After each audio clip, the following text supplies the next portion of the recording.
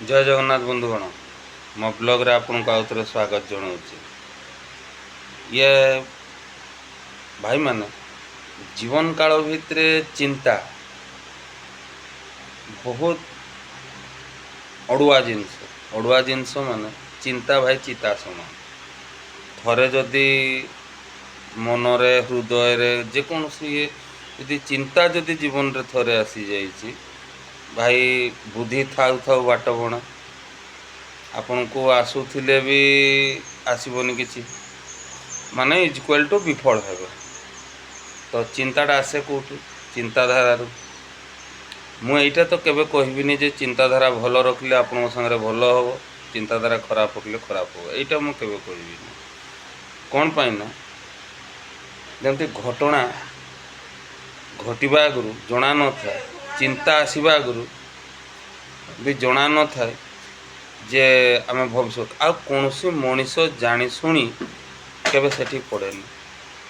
जमती कि बेसी नहीं अल्प दिनर कथा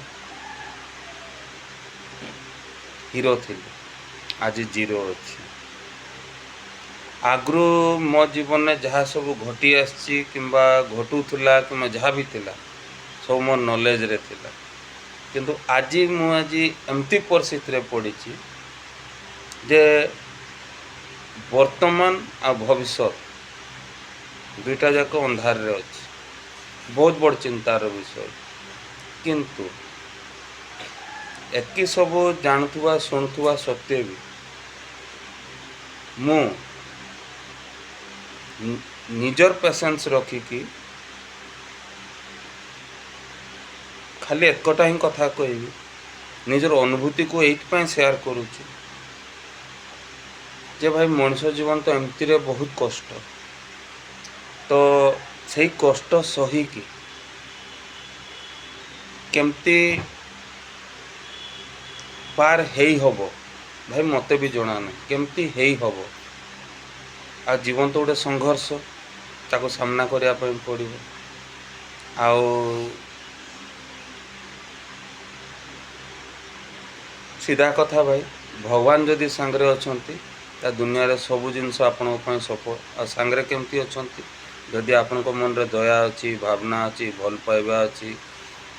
ताहले आपण भावी नेबे जे आपण संगे भगवान अछंती आ जदि ए सब आपण भितर आसुनी ताहले मन रखी थांतु कर्मर फल भोगुचंती फल सरीगले तापर पुणी से चिंता को चली आस ताठू भल भगवान को डाकिबा कर्म ठीक रखिबा। हाँ गोटे जिनस दुनिया रे एमती किछि नहीं जहाँकि रास्ता नहीं सब जिनस रास्ता अच्छी कौन से हारी जीवानी। जय जगन्नाथ।